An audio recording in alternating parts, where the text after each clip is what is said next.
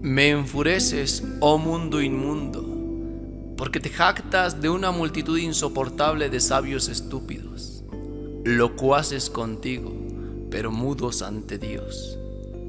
Posees a quienes se levantan arrogantes y soberbios debido a su vana elocuencia y a su vacía filosofía, pero no tienen quien transmita a tus descendientes cosas que los edifiquen. Posees, oh mundo, abogados que en los tribunales saben defender con largos discursos los pleitos de los asuntos mundanos y las contiendas de los procesos, pero no tienes en tu iglesia a alguien que tenga capacidad para escribir las virtudes y las luchas gloriosas de un solo santo. Son ciertamente sabios para hacer el mal, pero completamente ineptos para obrar el bien. Jeremías 4:22. Hubiera sido mejor para nosotros, recluidos en la esquina de nuestro cuarto, recordar nuestros pecados, más bien que tejer la historia de sus virtudes. Hubiera sido más conveniente llorar las tinieblas producidas por los pecados cometidos, en vez de disfrutar, con historias mal redactadas, el esplendor de una gran santidad.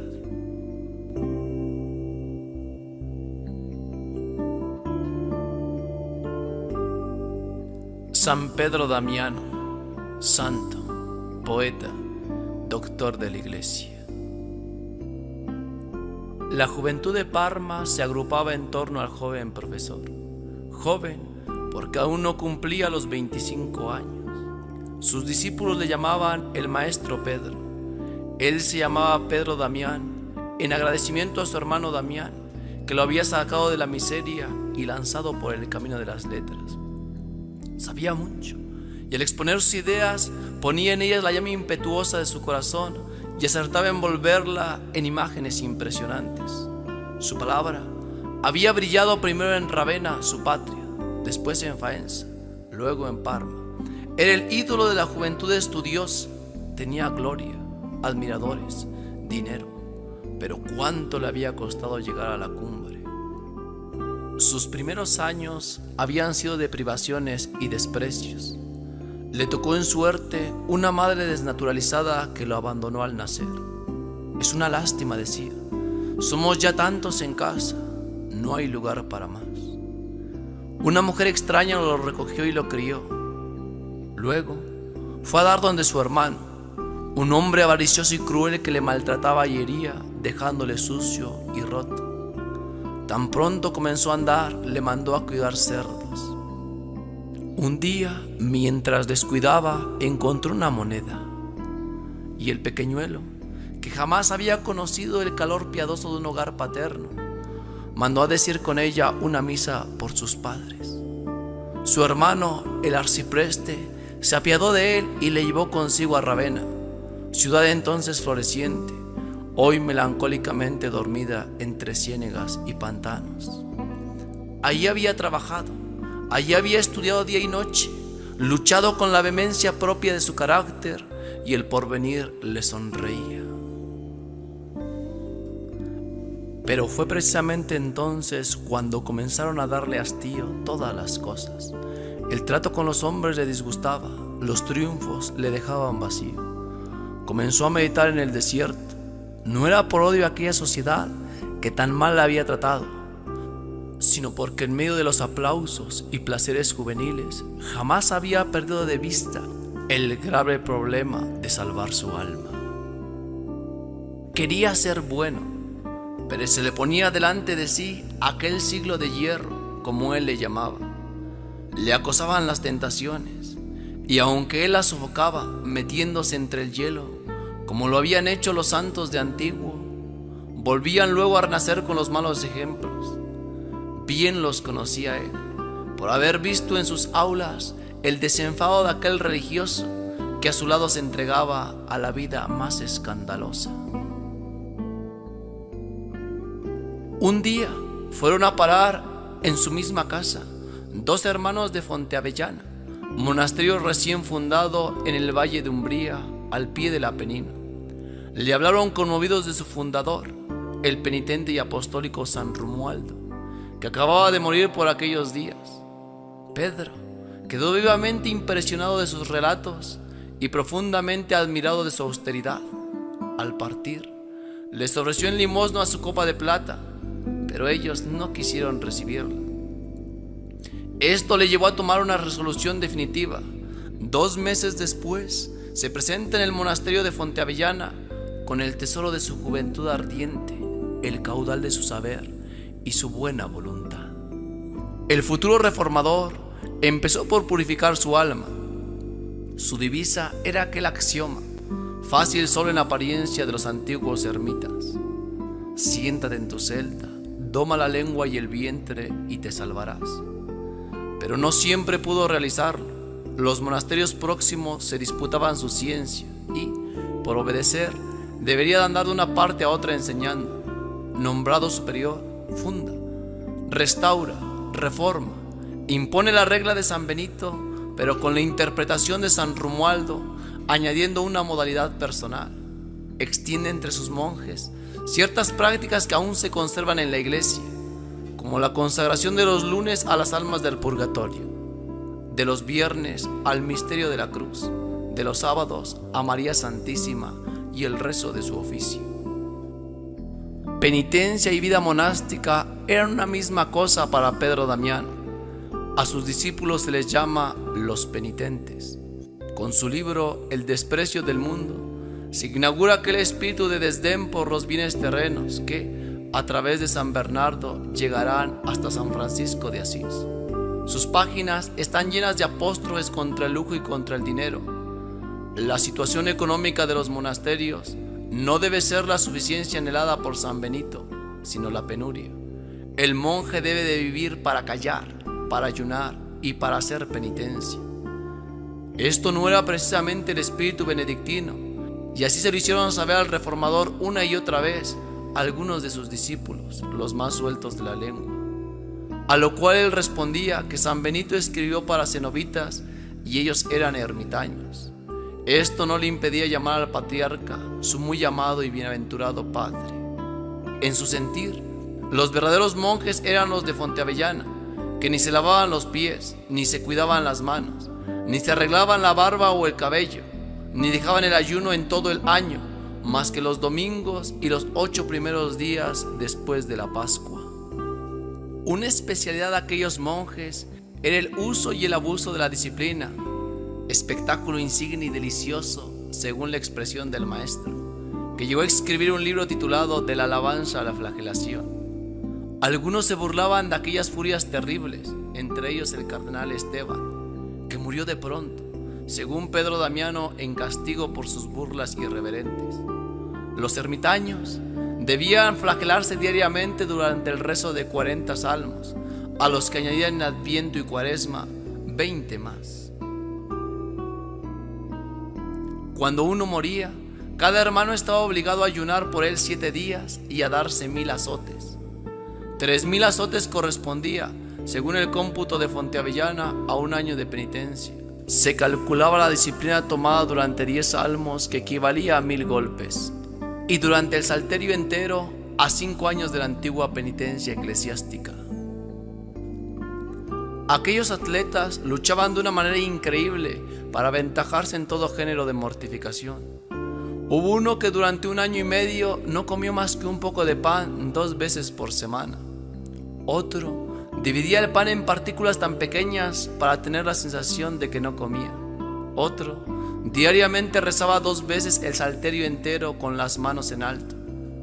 Otro no logró aprenderse de memoria más que 50 salmos, pero lo repetía 3 veces al día.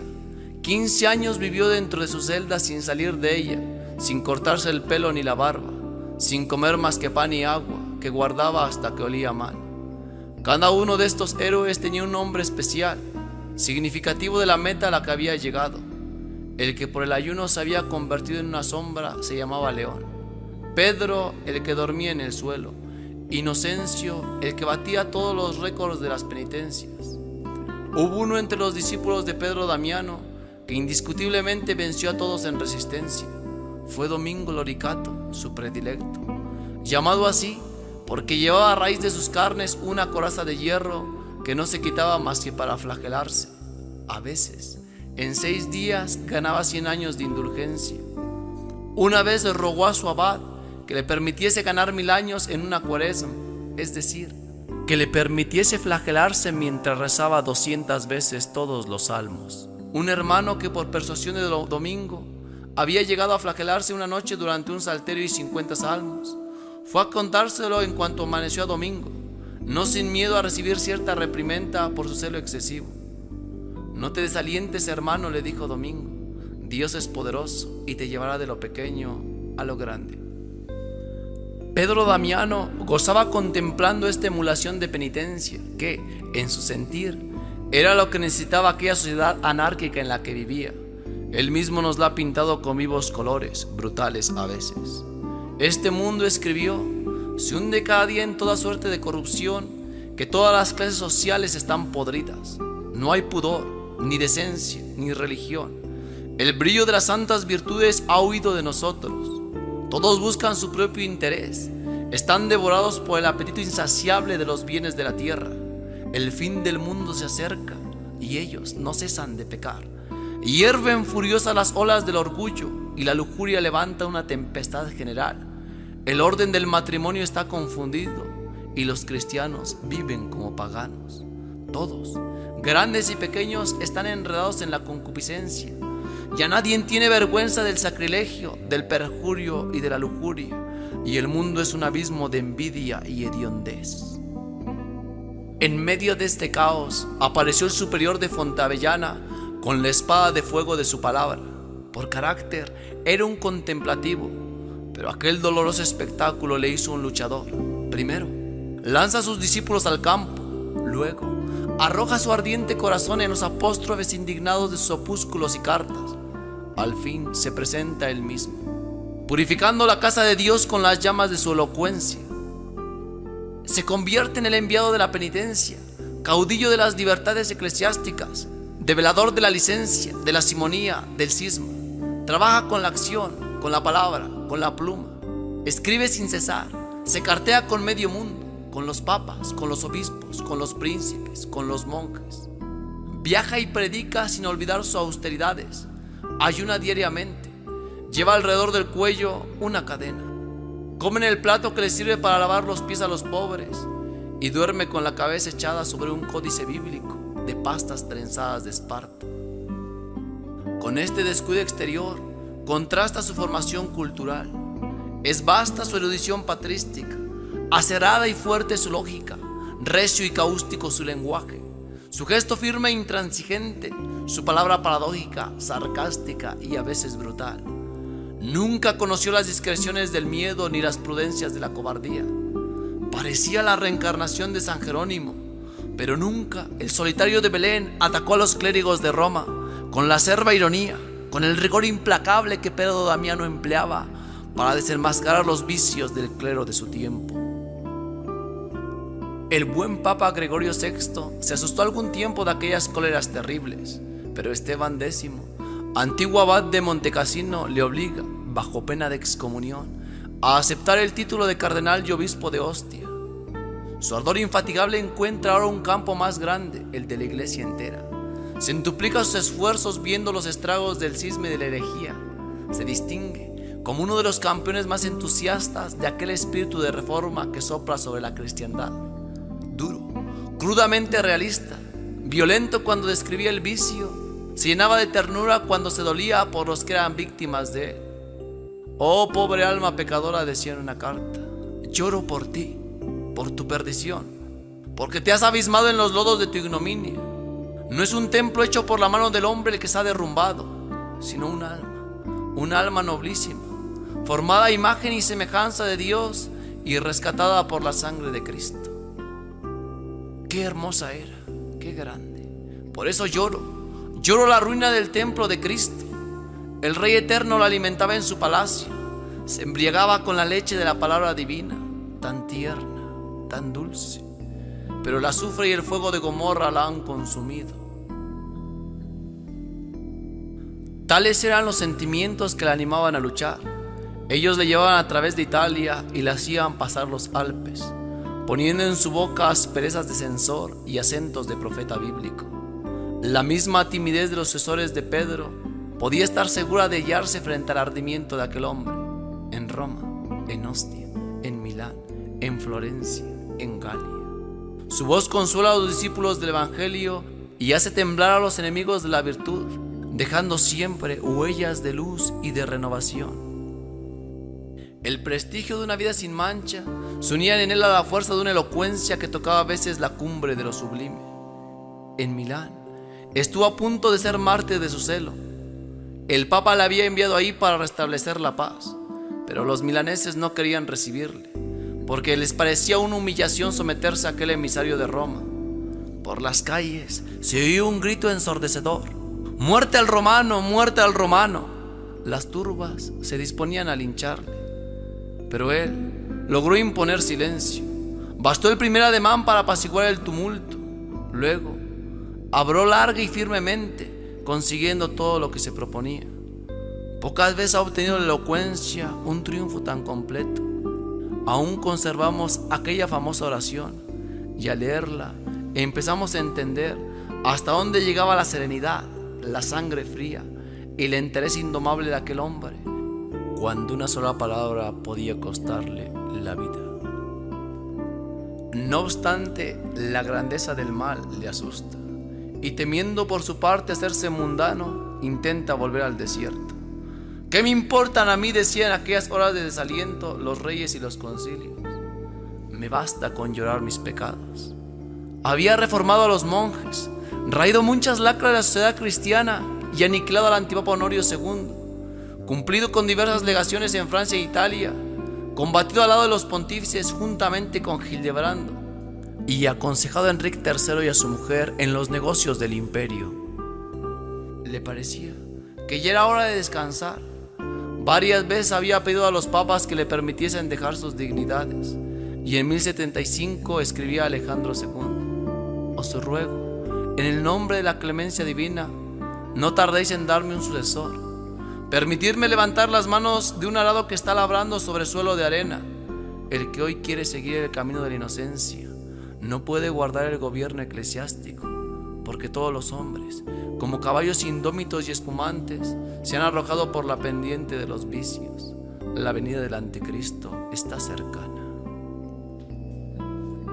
El Papa estaba dispuesto a ceder, pero Hildebrando se opuso, amenazando al obispo de Ostia con una penitencia de 100 años. Damiano la aceptó de buena gana y dimitió. Todo era cuestión de darse 300.000 azotes. Poco después escribía desde su retiro al muy amado pontífice Hildebrando, Vara del Sur: bendigo la mano del Todopoderoso que ha accedido a mis deseos. Si la penitencia impuesta os parece pequeña, podéis aumentarla. Echadme si os parece en un calabozo, cargadme de cadenas. La reclusión y el silencio es lo mejor para quien tanto ha corrido y abusado de la libertad. Por amor de este dulce tirano, se refería a Hildebrando, que me ha mostrado siempre una compasión irónica, que me acariciaba haciéndome sangrar, que me pasaba por el rostro su garra de águila, ira de malhumorado. Mira cómo buscas la reclusión y el silencio mientras los demás combatimos. Pero a este mi santo Satán le doy la respuesta que los hijos de Rubén y Gad daban a Moisés. Luego, para sincerarse mejor, traza de sí mismo lo siguiente: mis ojos se han oscurecido, las lágrimas corren cada día más abundantes, tremendas arrugas surcan mi rostro, todos mis dientes se han caído y la mejilla está deshecha. Mi cabeza, gris hasta ahora, se ha vuelto blanca como la nieve. Tengo ronca la voz, las fuerzas me desamparan. Una sola cosa, oh vergüenza, me queda aún con la vejez, el tropel espantoso de los vicios. Estos vicios los enumera él con deleite en una carta a su hermano el arcipreste. Habla de la sensualidad, de la cólera, de la impaciencia, del orgullo. Describe sobre todo un monstruo fiero, el afán de hacer chistes, frases ingeniosas, juegos de palabras que produzcan risa, dulce manía que ameniza y da no poca gracia a sus escritos, porque en medio de todo el monstruo no es tan fiero como nos lo pintan. Pero como en su vida pública no había podido olvidar la disciplina, así, en medio de las disciplinas, seguía recordando su obra de reformador y flagelando a los clérigos, que amontonaban en sus mesas la abundancia de los platos, donde olían las especies de la India, y usaban de vasos de cristal, en que brillaba el oro del vino adobado con mieles, y se adornaban con cadenas de oro y collares, y ostentaban en sus habitaciones tapices bellamente tejidos y bordados, y decoraban su lecho con un altar de papa, y no contentos con la púrpura de Murex, mandaban traer púrpura de ultramar, porque era más cara, y se vestían con pieles de zorras y de martas sibelinas, porque les parecía cosa vulgar el plumaje de pájaros y la lana de ovejas. El Papa Alejandro II le encomendó todavía 3 misiones, una en Florencia, otra en Alemania para impedir el divorcio de Enrique IV y la última en Ravenna. Volvía de esta cumplida felizmente su legación. Cuando murió en Faenza el 22 de febrero, cayó en el campo de combate, como convenía a un caballero sin mancha en la virtud. Él mismo escribió su epitafio: lo que eres tú, lo fui yo; lo que soy yo, lo serás tú. No te rías de los seres que pasan, son fantasmas, sombras que preceden a la realidad. Los siglos suceden a los años que fueron. Mientras vives, acuérdate de la muerte y vivirás para siempre. Mira con piedad las cenizas de Pedro, reza, llora y di: Señor, perdónale. El que con tanta humildad hablaba, hoy goza de la luz de la inmortalidad, la luz de la inmortalidad sustancial del cielo, y de esta otra luz pálida de la inmortalidad de la tierra. Su palabra y su virtud iluminan aquel revuelto siglo XI del que fue el corazón. Si su amigo el canciller Hildebrando fue la cabeza, teólogo, el mejor de su tiempo, poeta fácil y armonioso, tribuno, diplomático, geógrafo y asceta, reúne en su vida todas las grandes cualidades con las que Dios dota a un hombre cuando quiere ser de él una gran luminaria para su iglesia. Pero lo que más nos pasma es su carácter varonil, su temple de acero, su corazón incapaz de traicionar la verdad, aunque el mundo entero se conjure en contra suya.